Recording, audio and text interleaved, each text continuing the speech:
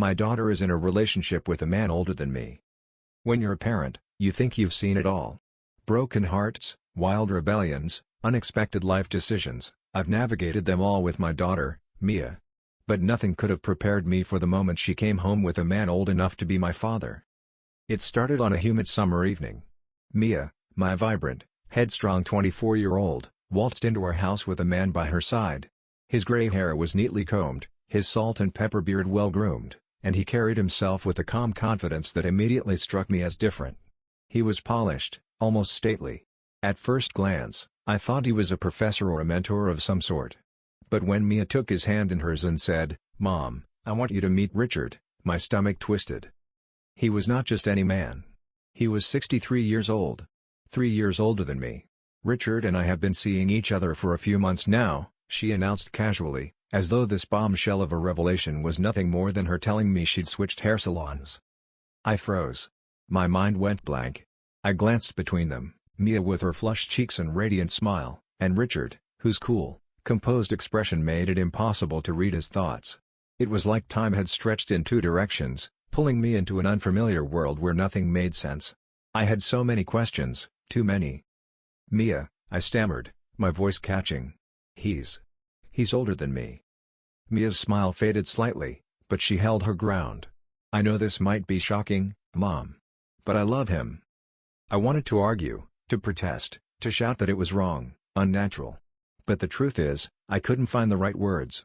There was a fierce determination in Mia's eyes that I hadn't seen in years, the same look she gave me when she applied for that art school I thought was impractical. She had always been a free spirit, dancing to the rhythm of her own heart. But this was different. For the next few weeks, I tried to push the whole situation out of my mind, but it became impossible when Mia started bringing Richard over more often. I found myself studying him, trying to figure out what she saw in him.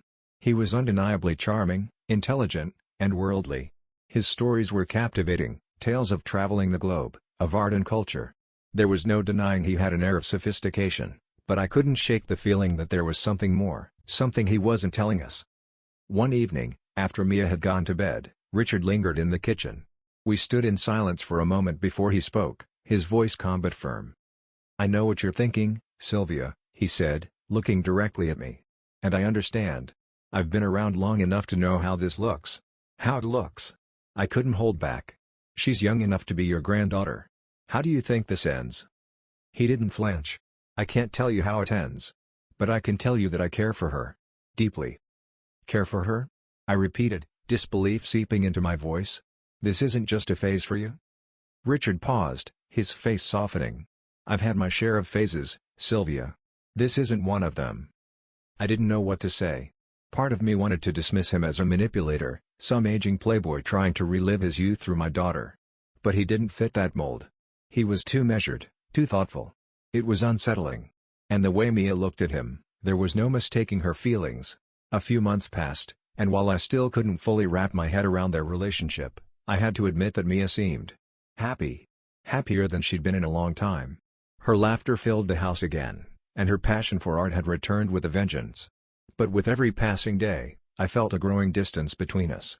I worried that this relationship would lead her down a path she wasn't ready for, one filled with complications she couldn't foresee. One evening, after Richard had left, I sat down with Mia. I had rehearsed what I wanted to say, but when I looked into her eyes, all my arguments crumbled. "Mia," I hesitated, searching for the right words. "I'm worried about you." She smiled softly and reached across the table to hold my hand. "I know, Mom. But I'm not a kid anymore." "I know you're not," I whispered. "But he's lived a whole life. He's been through marriages, careers, everything. You're just starting out." Mia took a deep breath and looked down. For the first time, I saw a flicker of doubt in her eyes.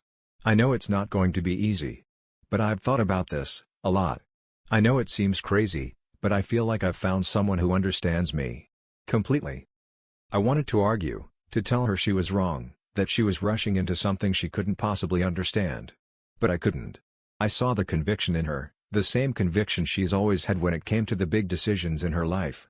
And as much as I hated to admit it, I knew that no matter what I said, I couldn't change her mind. As time went on, I realized that this wasn't just a passing phase.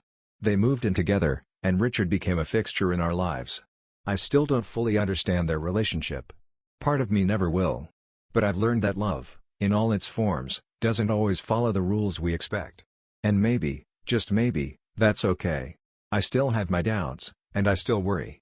But watching Mia navigate this strange, uncharted path, I'm reminded that sometimes, we have to let go, even when it's the hardest thing in the world.